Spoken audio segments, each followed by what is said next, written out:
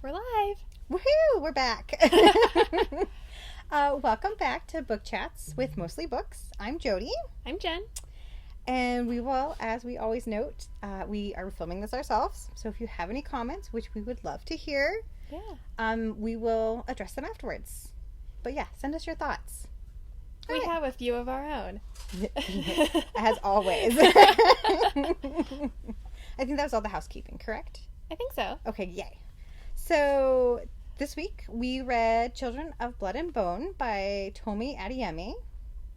Yeah. Yes. You did so good. Thank you. We practice pronunciations before we start these. We do. We really try hard to get it correct. And I know we don't always succeed. Yeah. But we put a lot of effort into attempting to do it the justice it deserves.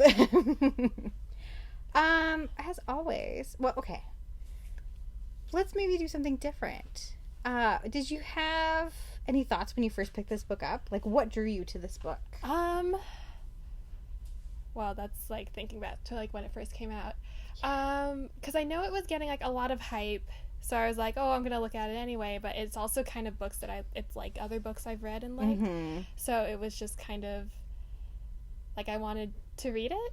Yeah, I think it's fair to say that. Yeah, I wouldn't say there was like a particular like, oh my god, I need to read this now. Like, right. Like one specific thing that made me pick it up. It was just kind of I found it organically. No, that's perfect. I like that. That's a good like connection to a book when you just stumble upon it at the right time. There are books where I legitimately stumbled upon them, but this one was more like, oh yeah, I've seen it around and like it matches what I like to read. So yeah, it's on par for your brand. Yeah.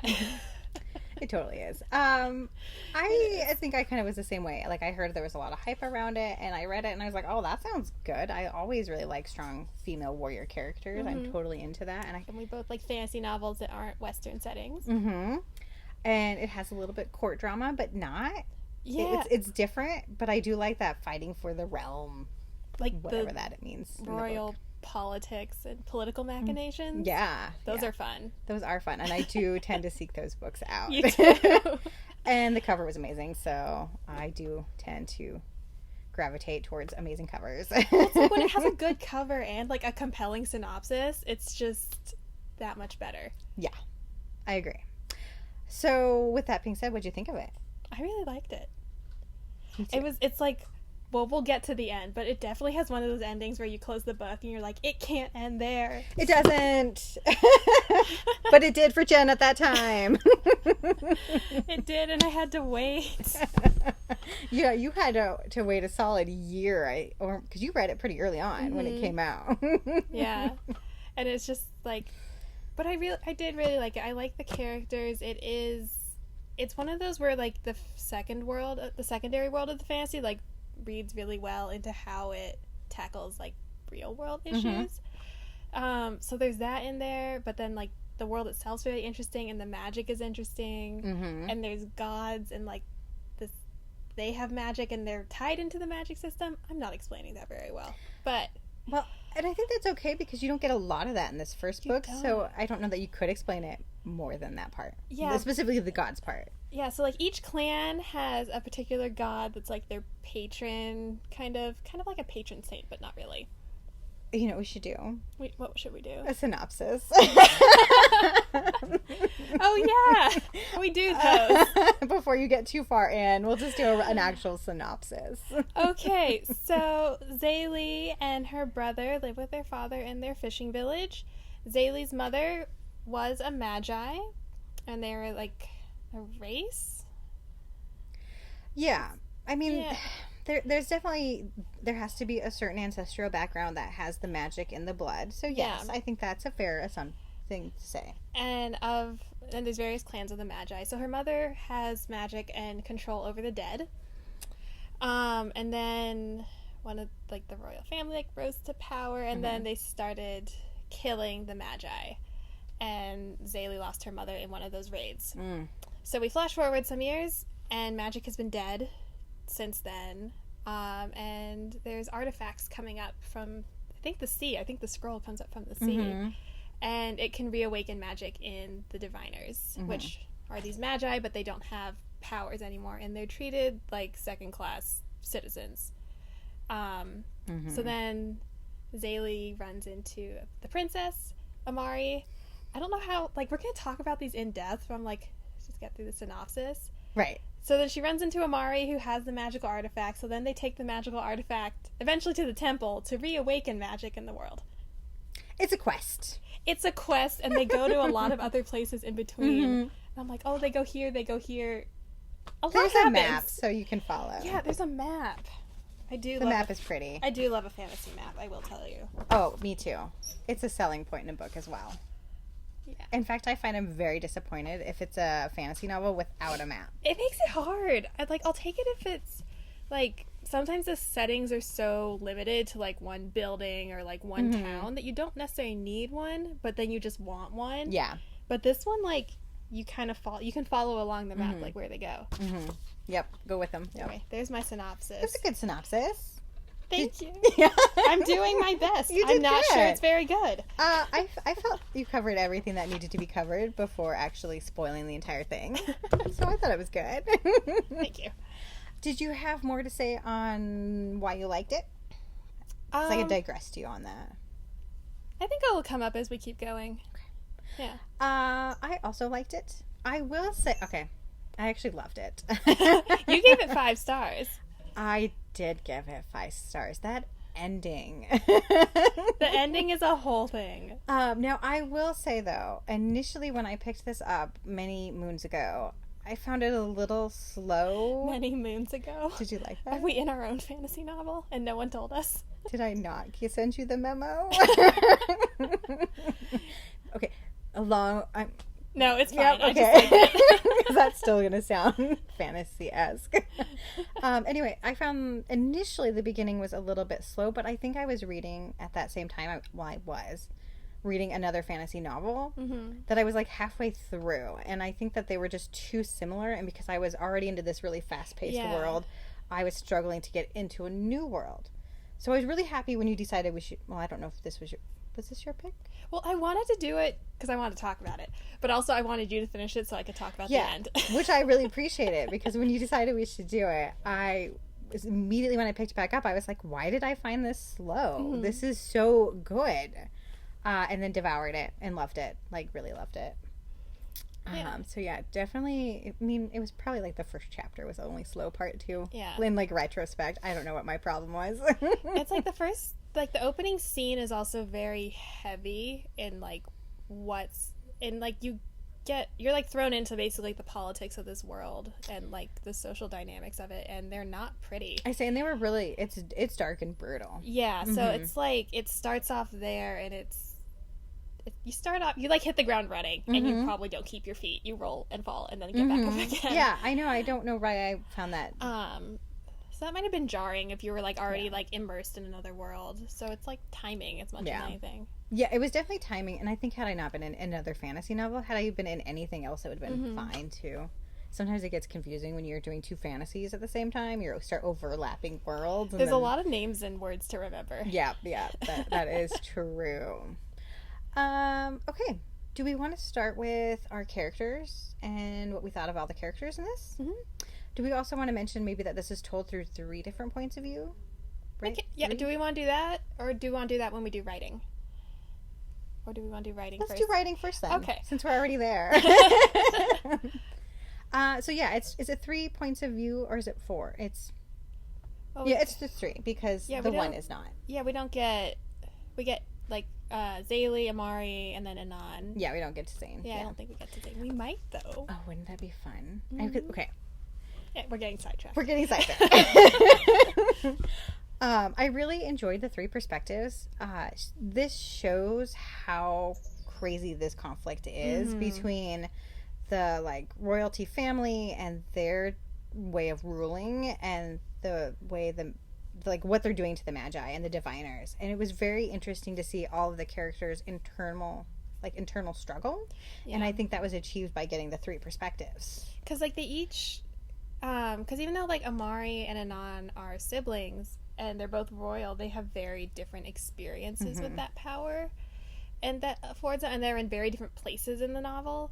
So it's very interesting because I like getting that like royal perspective. So you get characters in the world that have this privilege, but then you get ones that don't have it, Uh-huh. their perspective on it too, so it feels more balanced and it gives you more like nuance, I think. Yeah, I think so too. And you really get just a whole picture of how destructive, I guess, this crown is. Mm-hmm. So I really liked that she did 3 perspectives in this book. Initially, I was like, ugh, I don't know why we're doing 3. Like, do we need to follow all of you But we around? did. Yeah. We really, and there was even a point where I was like, I could have the 4th one, honestly. That would add to this. So I liked the writing style. Me too. I thought it was really good. And it like reads really well. And Mhm. like, because I know like fantasy novels, they can be overwhelming because you're like thrown into this whole new world. Mhm. Whether or not like how the world works is similar, how similar or different it is from ours. So then you like reorient yourself Yeah. that way. But like the writing, it just flows so easily, and Yeah. you like sink in. At least I sunk in very easily. And she does short chapters, Mm-hmm. which I kind of liked. I mean, some of them are a little bit longer, but some of them are only a couple of pages. And so you read it and you're like, yeah, I could do another. Oh, yeah, I could do another. And suddenly it's 1 o'clock in the morning and you're almost done. It's like, oh, might as well. Yeah, right? I can't remember if this was a late night read for me or not. I don't think it was. I think it was like in the evening that I finished it, and then I was like texting a friend, like, "What do you mean it ends Oh, right? there?" Yeah. I agree, though. It's very easy to get into this world. I think you're totally correct. And sometimes fantasy novels can get bogged down in too much detail, and you don't have any of those issues. Yeah, it's also part like adult fantasy. I think you get that more. Like you get like just overwhelming amounts of world building, and often like front loaded world building, Mm-hmm. where it's like when it's too much at the front, you're just overwhelmed, and you're like nothing's happening. Yeah, and it you're- drags the pace down. Yeah, but I think YA also that YA is shorter. It doesn't have the page space to do that. Yeah, I think that's totally accurate. And, you know, maybe they're writing for different attention span. I don't know. Maybe not. I don't know. I don't know about that. Let's scratch that. Yeah. Well, you're right. It is a different audience, so like It is, but yeah. there is a lot of crossover, but Yeah, exactly. So I'm just going to scratch that.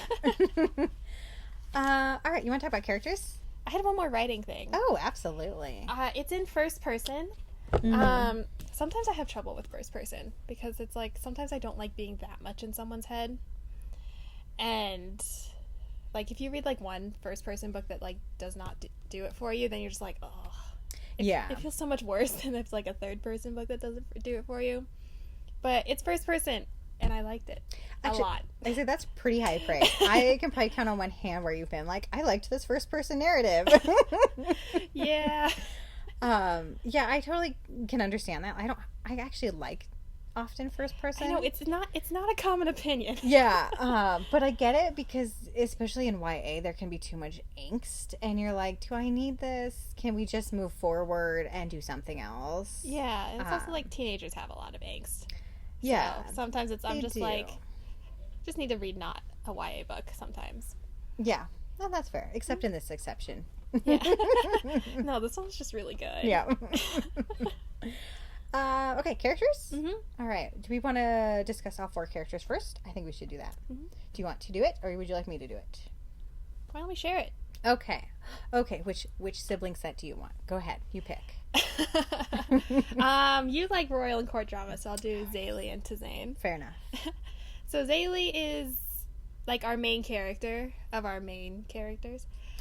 And her mother was a magi, so she has all these memories of her mother, and they come up like periodically throughout the story. And she's like, we start with her at like her graduation ceremony for like staff fighting, which she does get. She gets this really cool staff. It's like a collapsible staff. She is awesome with her staff. It is. It's cool seeing, and it's like fantasy novels, so you have to have like swords or knives. Or, Yeah. It's like this was a different kind of weapon, so I like that I liked part of it. it. Mm-hmm. Yeah. And her older brother is Zane, and what was the kind of like what was the sport he played? Oh, the Ogbon? yeah, it's something like that, Ogbon. But I can't remember how the sport went. Me neither. Isn't it kind of like soccer, but it's volleyball, but you don't use your hands? Oh, Am I yes. making that up? No, it was something like that. Because I remember being like, it's like that, but different. I can't remember exactly. We may have to come back to that. Yeah, I watched a show that had a fantasy sport in it. Now I'm getting confused.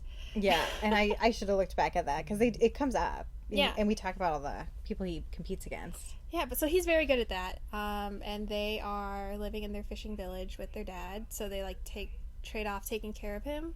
Because ever since their mom has died, he's not been in the best shape. Understandably. Yeah.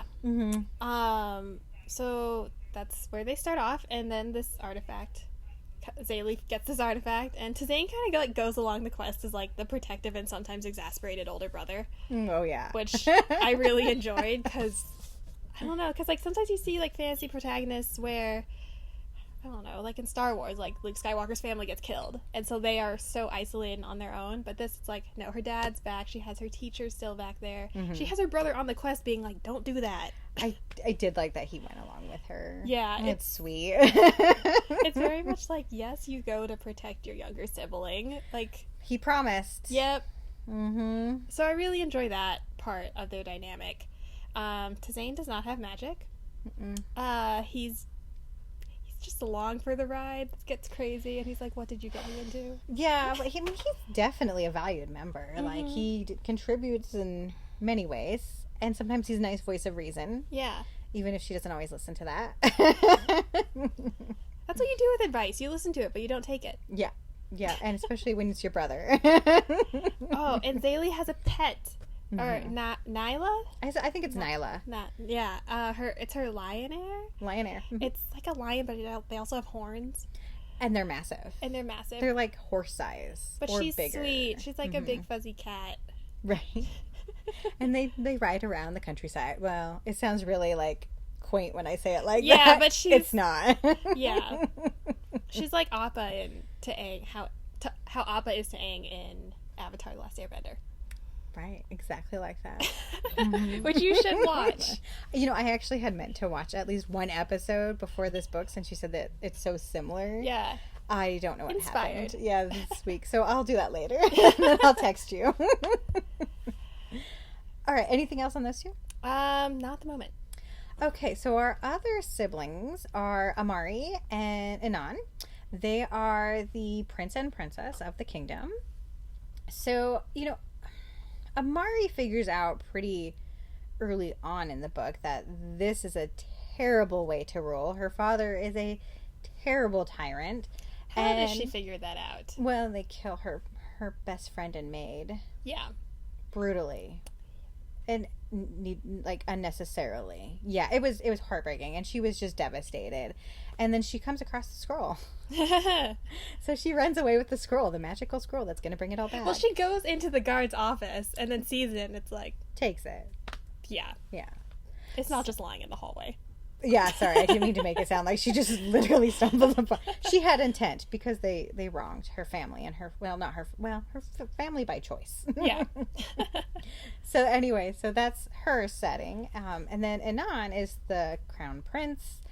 And he is the total opposite. He thinks magic is bad, and I should note that he is magically gifted. He, too, is a diviner. He gets there, yeah. He views his magic as a curse, like an actual curse and a disease. And he spends most of his time pushing it down and away, and goes in search of Amari in order to kill off magic permanently and destroy the scroll. Well, I meant he went after Amari, who was also with Zaylee. Sorry. Yeah. Oh, yeah, Amari and Zaylee, like, team up. Yes. Yeah, he's got that good self-loathing. Oh, my gracious, he does. And, you know, it's unfortunate because they have such a complicated relationship anyway. Can I talk about that, too, now? Okay, great.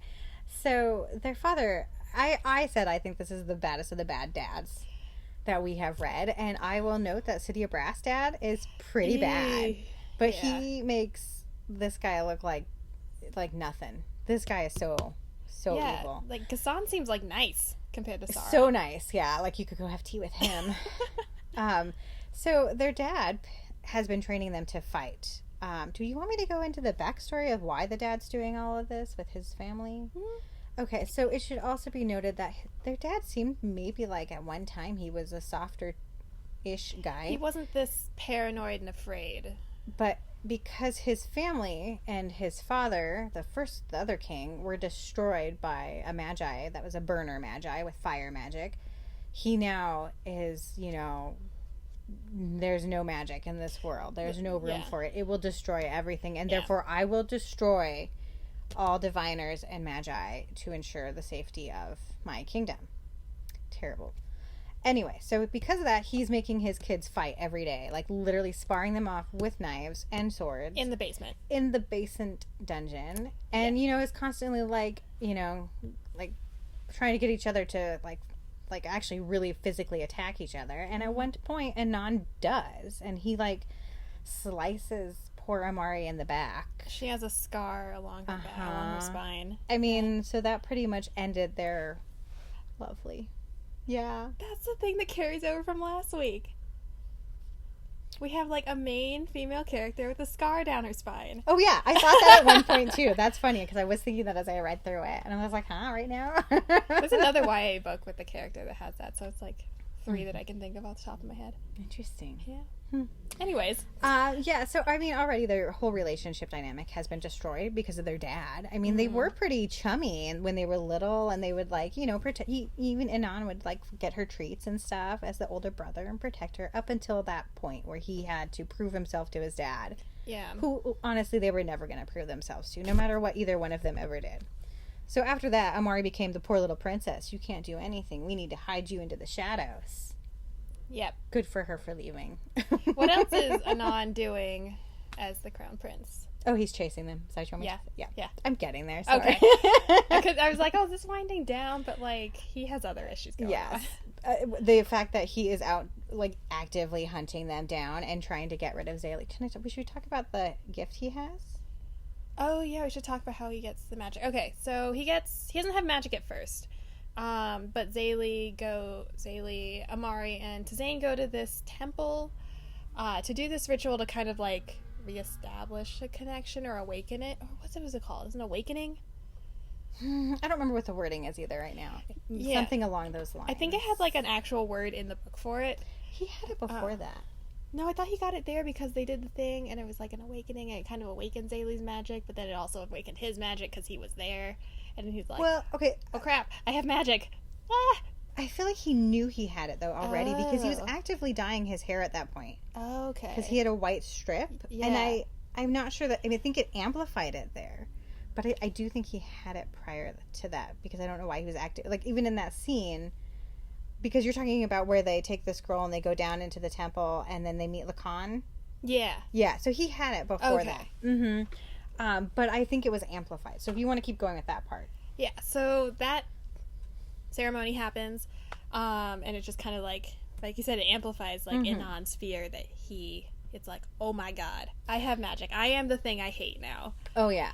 And because he really found out too what he could do with his powers there because he kills the sorry. There's quite a bit of death in this. Spoilers before I tell you who's gonna what. Who's gonna yeah. So spoilers, right? From here? Okay. Because it's amplified, and then that's a point where he kills the king's lieutenant, a.k.a. the son of his life, blah, blah, blah. Oh, yeah, because his dad's sleeping with the captain of the guard. Oh, yeah. Right. Oh, I forgot about that. But he does it with his mind, because his power as the connector, which allows him to, freeze people in their mind. And yeah, he lets him, access people's dreams, too, because he and Zale keep meeting up in this, dream world. Yeah, that's how he stalks them. Yeah. Really. And tracks them down as they continue across the landscape. Yeah, he's a connector. So they're the magi of mind, spirit, and dreams. Yeah. So he's got an interesting gift, but it's just... I think for me, the most interesting thing about him was his, battle, his inner battle over all of this. And, when they, meet up and he kind of, saves Zale at one point. And he's like, oh, yeah, magic is good. We can all work together. And you're like, yes. You're like, you're seeing the light. Hope. There's hope for you. But it doesn't last long. And then something else happens and you're like, there's no hope for you. No hope. No, he gets really, anti-magic really quickly. There's no way this can work. Yeah. And I feel like in some respects, all of them kind of have that inner battle. It's just that he keeps going. They have different ones, though. Well, you know, even Amari at one point is worried because once they reunite, you know, all three of the element or the magical items in the temple and she does the ritual, everyone gets magic. And suddenly she's like, but that's scary too. Yeah, like what's this going to do? What's this going to do if somebody can actually do fire and whatnot when she sees...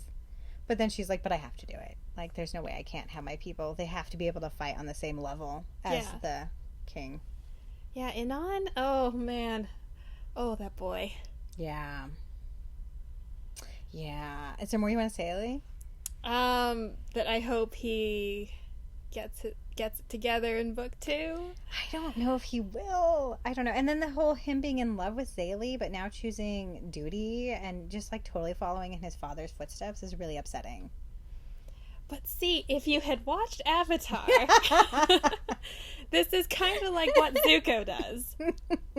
Like he like chasing him for a while and then like kind of goes good or like or it's like I'm going to go good and then just kidding.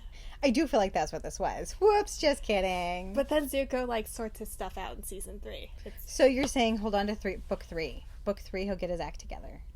Hopefully. I hope he can. I hope we get like, since we're getting all of like this good to bad and this early in the series, I hope we can see like a redemption arc where that doesn't end with the character dying and doesn't end, it isn't just the character doing like one good thing and being like, oh, you're good and redeemed now. I hope we like see like the work of a redemption arc. Well, I don't think we'll see the one good deed because I feel like he's already done that and has already been like he legitimately has saved her twice, Zaylee, and I think then we thought he was, but then he went so bad. So I don't know. I don't feel like now he has to do something huge. He has to save the kingdom and return magic before I would be okay. We might get that. We don't know yet. We should talk about that when we do theories. Okay, that's fair. Okay, anything else about the siblings? Although we love the siblings. Do you like how like the romance appears to be shaping up? No, what? It's complicated. I have obviously mixed feelings on that. I like Amari and Zane. I liked Zaylee and Anan, but I thought it was weird that each sibling paired off with the other sibling. I'm like, this is just too picture perfect as we all trek across these terrains and desert and jungle and a part of me was like, you're only loving each other because you're being put into these like really intense situations. Like, I'm not sure that's real love. What'd you think? I thought, I was like, okay, like they're cute, but I wasn't that invested in it as a romance. I was just like, okay, if it happens, like it happens. They're cute. I thought like Amari and Zaylee this might be like a slow burn for them because we get like they're very like tender with each other in the end of this one. So I'm like, okay, is that supposed to like contrast with how just like thirsty Zaylee and Anan are? Like, are we getting a slow burn? Is that what this is gonna be? I don't know. Do you think that will be an issue for you that Zaylee then would have dated both siblings? Is that weird? Like, to me, that's also a little like, you've dated both of them now. I don't know. There's some weirdness. It's not the weirdest thing going on. I mean, it's not. Book. Yeah. No. I don't know. I didn't really think about that. I was just trying to figure it out. And I don't honestly know that will bother me because I would, in many ways, be great with Zaylee and Amari together. I'm not even saying that's what's going to happen. I was just like, maybe. I'm just saying if it did, I would be mostly okay with it. It would just be in the back of my head, like, you also dated Anan, and that's sort of weird. Even though he's wretched and she's kind of disowned him. Yeah, I don't know. So yeah. So it's like a little up in the air, maybe. Oh yeah. There's who knows what characters we're going to get in book 2 and 3? I mean, there's so much that could happen before we even hit that. And maybe it won't even be about, there's so much going on. I don't know that I actually need romance. Yeah. Because at this point, I'm like, fierce girl. You don't need to be bogged down with love right now. You have too much to worry about. Oh, it's time for that. You're saving the world. So yeah, we have mixed feelings on. Yeah, it's like, yeah. Okay. Don't go into this one, like, looking for sweet romance, I guess. Yeah, definitely read, like, an Alyssa Cole or any other romance novel out Yeah. there. Or, yeah, anything. All right, so siblings covered? Mm-hmm. Okay, did we want to talk more about the dad? I mean, I feel like in some ways we've We kind of covered the dad. covered the dad as well. Do you want to talk about the end without talking about the one thing that we don't want to talk about in the end? Do we want to talk about that one thing we don't want to talk about with the Oh, end? no, that's up to you. Because we did want to do theories.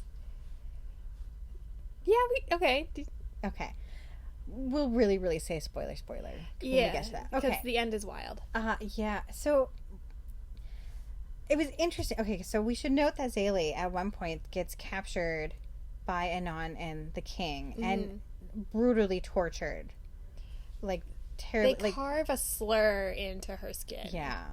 And they keep her lucid. They deliberately inject her with something so she can't pass out through the pain. Yeah. And I think they were like cauterizing as they were doing because it's a heated blade as well. Oh yeah, they were branding her. Yeah. And carving at the same Yeah. time. It was a horrible mutilation. So that was terrible. Mm-hmm. And again, I thought Anan was going to redeem himself, but did not. Yeah. Okay, so the end. So at this point, when she gets Okay, saved, well, what's the outcome of that? with her?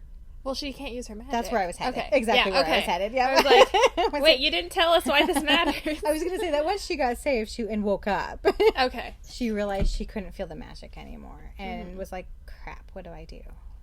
Well, everyone is still carrying on. She doesn't tell them either. No. She's like, oh, it'll come back. I get why she thought that, because I'm sure she was like, I have to deal with my physical trauma, B, my emotional trauma before it comes back. And I think she kind of attempted to do both of those things. Like, she talked to Amari about it eventually, and I think that was her attempting to bring it back by dealing with some of that. It doesn't come back. No, but they keep going to the temple anyway, because what do you do at this point? You can't turn back. You can't turn back. Everyone is like expecting you to do something great, and then they get there and they have her dad. Yeah. And that was really upsetting. Like, Anan again. He just, oh man, he makes me mad. I can't get around this now. So basically what, the king is like, I'll give you your dad if you give me all 3 artifacts. Mm-hmm. So that you can't reconnect or restart magic, basically. We will destroy these, and that will be that. I will say she was a clever girl, which we already knew, when she gives him the scroll and the sunstone and then keeps the bone dagger herself and gives a rusty old knife. Yeah, I remember seeing that. I was like she gives him like the fake knife, and then I'm like, okay, you know that's like, how did I'm glad the bad guys didn't figure it out, but also like, how did you not figure it out? How did they not figure it out? This weird rusty, I mean, she even says rusty knife at one point, and I'm like, oh my goodness, you're great. So then she thinks she's gonna get dad back, but of course they shoot him with an arrow. Yeah. It's heartbreaking. And then, you know, she all along there's also been this thread of blood magic. Mm-hmm. Now no, they can all do it. All the Magi can use blood magic to an extent, not just the Reaper that she is. Yeah, it's just more like destructive and takes more of a toll on you than using like your Magi magic. Yeah, you can burn, like literally burn out, I think, from it. Mm-hmm. But she like puts her hands in her, while she's like trying to like, you know, obviously hug and sob over her dad who's dying, and she touches his blood, and like all of like the memories. It's like her. Awash her, yeah. Because she thought her magic was her connection to her mother, but then it's like her father's blood is like it's also the blood of the like your ancestors and your whole life. So basically, my theory is she uses blood magic and not her normal magic to as have we go her on. have her big battle even at that point, because then she gets power back to some extent and like takes out some guys. Did you like that? Yeah, I did like that. Thank you. So yeah, my theory we'll come back to theories. Okay, do we want to talk about Anan at this point? Yeah, like what he's chosen to do. Is that what you mean? No, what his dad does. Oh yeah. To him. So like again, biggest baddest dad ever, who, you know, like he literally drives a knife into his son. No, that's not enough. I'm gonna crush your hand. I mean, His dad really hates magic. His dad really hates. Really hates magic. And that's been, like, another Yeah. piece of shame Anon's been carrying around. Like, what happened? Like, my dad can't find out. Yeah, and he found out in that moment. We knew he was going to. I mean, how long can you dye your hair, buddy? Anyway. Also, like, what if it, like, the rest of his hair had turned white? Oh, yeah, because it seems like as they keep like using it's growing. magic, Yeah. your hair changes with it, with the white. Well, yeah. that's how Zaylee's is, because it starts out Oh, straight, yeah. and then it gets the curly. And gets the coils get tighter as she uses her magic more. Mm-hmm. Yeah, and I feel like his just probably grows as well in coloring. Yeah. Because right now he has, like, a strip. Yeah, he has, like... dyeing. Yeah. So, yeah, it was just, that part was heartbreaking, but go Amari for taking her dad down. Like, all out taking him down. Oh, my gosh. Yeah, I really like her. And she right now is like, I'm queen. This is happening. I hope it does. I love her. I love Amari, too. Okay, should we do the really big spoiler and the theories, and then we can be done? Because I feel like we could talk a while otherwise. Do you want to do it? Yeah, so the artifacts, like Zaylee still kind of manages to pull off like the ceremony they go to do, even though the artifacts, the scroll like disintegrates. Yeah, because Anan uses like Zaylee's magic to destroy the scroll, because you can't destroy it otherwise. It's like the ring. Yeah, you really have to like throw that sucker in otherwise. Yeah. So like they're like, oh no, we can't restore magic. But they do. But wait. They do. And Amari has magic. What? She has light magic. That's the wrong book. That book's not going to tell me what this is. Yeah. I don't have that in mine. But yeah. She's a lighter. Which ones are lighters? Magi of darkness and light. That's going to be so interesting in the next book. The book has like a index of like what the clans are, what they do, like some editions, what their god is. Yeah, some editions. Mine does. And the ones we have here do. So, yeah, we should note that ours in stock do. Yes. So interesting. Okay, can we do theory? Sorry. Yes. Okay, so my theory is that I think Zaylee is going to keep doing the blood magic because also to note, when Amari got her gift, she had blood on her hand. Like, that was the big thing they noted. Like, there's blood on her palms. So I think that was all tied to Zaylee's blood magic somehow and being released. Is it tied to, like, Zaylee's blood now? That, I like, don't know. The connection is in her and in her blood? Oh, maybe. And it also should be noted that now when she sees her mom in, like, that limbo world. Oh, yeah, because Zaylee kind of dies. Yeah, she does. Like, and she has like a platform 9 3/4 moment. Yeah. But when she sees her mom in that moment, her mom is like, well, this was unexpected. But it's like her mother, but also Oya, like her goddess. Yeah. That was so like, cool because they're so also cool. Connected. Mm-hmm. And her mom was like, but we're not done with you. You have to go back. Because she really didn't want to go back because both her parents now are here. Yeah. But she couldn't leave to Zane either. Anyway. So then she goes back, and then Amari has the blood on her hand and the streak in her hair. So I don't know. I feel like she doesn't have her normal magic, and then it's all blood magic now. Yeah, but like Anan still has magic, and he's like very. Is he fine? I was unclear about like where Anan ended. He's pretty. His back is mangled. His hands mangled. He's not doing good, but he's alive. Okay, not bleeding out on the floor there. Okay. It's as far as I could tell. I'm like, no, you're still alive. I think you're right. But like he has magic, and he's on one side of like eradicating magic, but then we have these kids who are on the side of like restoring magic. So like, are our gods playing with lives? Are the gods like? Is this gonna be kind of like divine warfare with human proxies? I think that they hadn't anticipated it, but I think because Zaylee changed things, I think that's totally how book 2 is going to play out. Yeah, and it's going to be brother and sister against each other. Oh my goodness. Which it has been again. Yes, but even more so. Yeah. Any theories from you? That was my theory that we're getting. Right, the divine. Yeah. Choosing. I think it's totally gods. True. I hope we do. Because I also want more of the other clans in book 2. So I'm hoping we get more of that mixed with their deity. And I'd like to see how that meshes together. I'm very excited. Because this one ends and you're just like, oh my god, I need the second book. Oh my goodness. Right? Yeah. Like you texted me, you're like, what? Yeah. What the what? You warned me. Luckily I have the second book at home already. Yeah. So I feel like we would highly recommend this one. Yeah, Yeah. we would. Yeah. So that's that. What are we reading next week? We are reading a Jody pick. We're reading, I always get the title wrong, The Girl from Widow Hills by Megan Miranda. I keep wanting to say like Window or The Widow. I get it. I get it. Yeah. And it is a psychological thriller. Mm-hmm. Yeah, I've never read Megan Miranda before, so I know. I'm really excited that you were okay with doing this one. I feel like I've really kind of pushed you outside of maybe your normal reading a little bit. it's okay. It's just like whenever there's like a realism plot, I get bored because I want something else to be going on, which is never the book's fault. It's just me. Right. I will say, in the previous Megan Mirandas, which I have read many, there's always a lot going on. And you never really know what to believe. So I always like that. But and you said like all the missing girls is written backwards, right? Yeah. So like I like when things are told interestingly. Interesting ways. Me too, obviously. I don't know that this one's going to be like that. But yes, I always recommend All the Missing Girls if you need something really weird and different. And you have to pick that book up and just go with it. Otherwise, it's not going to be fun. Yeah. I know some people who've read it like backwards because they wanted it in linear. Mm-hmm. And they were like, well, it's really obvious. And it's like, well... Well, yeah, if you read it that way. But if you just go for the ride, it's really good.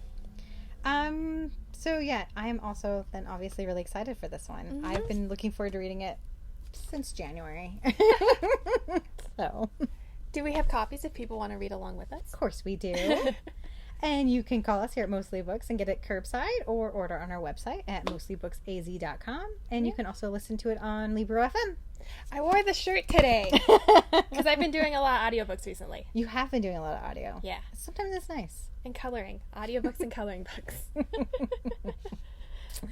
All right. So we hope to see you guys all next week. All right. Bye. Bye.